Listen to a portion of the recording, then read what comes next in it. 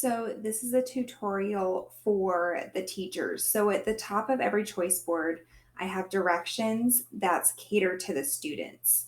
And so it walks them through how to do the choice board, how to click on the question marks, how not to be in present mode, how to use the timers. And so this video is more specifically to how do we integrate it into our classroom. So I make sure I tell students about the directions. What I would probably do is watch this video with them the first time, so that way they're all watching it, but then they can always go back here. What else I love about that is that if you end up sending this home to parents for them to complete at home, because it can be used for homework or it can be used as, hey, your child didn't complete their center activities for today. Can you go into the Google Classroom and complete whatever wasn't completed?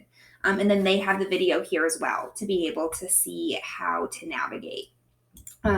So first of all, you cannot be in present mode. So if you're in present mode, you're not going to be able to move the X's and kind of manipulate things within the slides. And so you have to be out of present mode.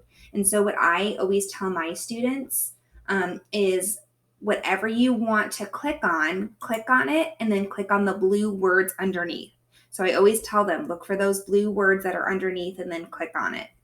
And that seems to help, especially for kindergarten and first graders. And so this is their choice board. And so this is basically their centers.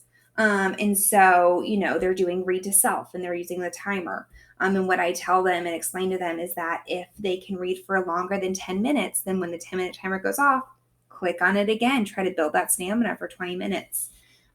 Sight words. Again, you let them know what list they're on so they know what words to practice. And then once they open up the words, they can get out magnet letters. They can do rainbow words. They can build it in a sentence. They can just practice it with a friend. But the goal is that they're doing it for 5 minutes. And then here's computer. So I tried to keep this very generic. And so like our district uses iReady, and they have to do like 10 minutes a day in iReady. And so if you have any type of computer program that your students have to do, then that's for this here. Read a passage 3 times. And so this, they can actually just click on the passage. And again, I say click on it and then click on the blue words underneath, and it brings them to their fluency passage.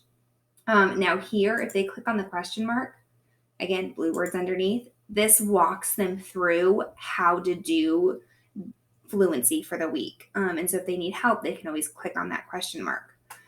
Let me go back to it. So what they're doing is they're trying to build their fluency. And so they're clicking on the timer here. And then what happens?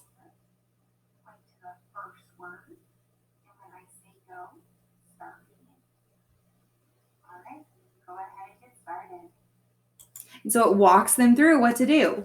And so it says, okay, point to the first word, go ahead and get started. And then when the timer gets to 0, it's going to say, great job reading. Go ahead and count how many words you got, and then go put it in the box.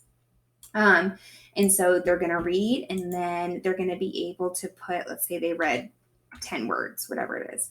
They're going to be able to put it into the box so they can track their fluency. Now, some of them might struggle. So I put sight words up here. They can click on this.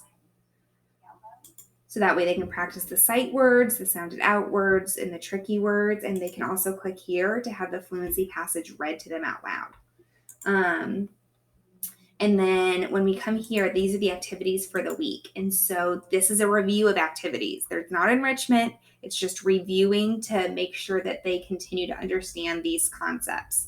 And so again, I tell them, click on it and drag. So take, is it long or short? And if they need help, they click on that question mark.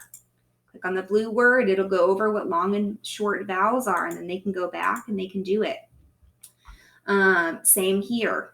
Writing, it goes through writing and making words. They can literally just move and make as many words as they can. And so please reach out to me. If you have any questions, send me an email. I love using this in my classroom, and I hope that you will too.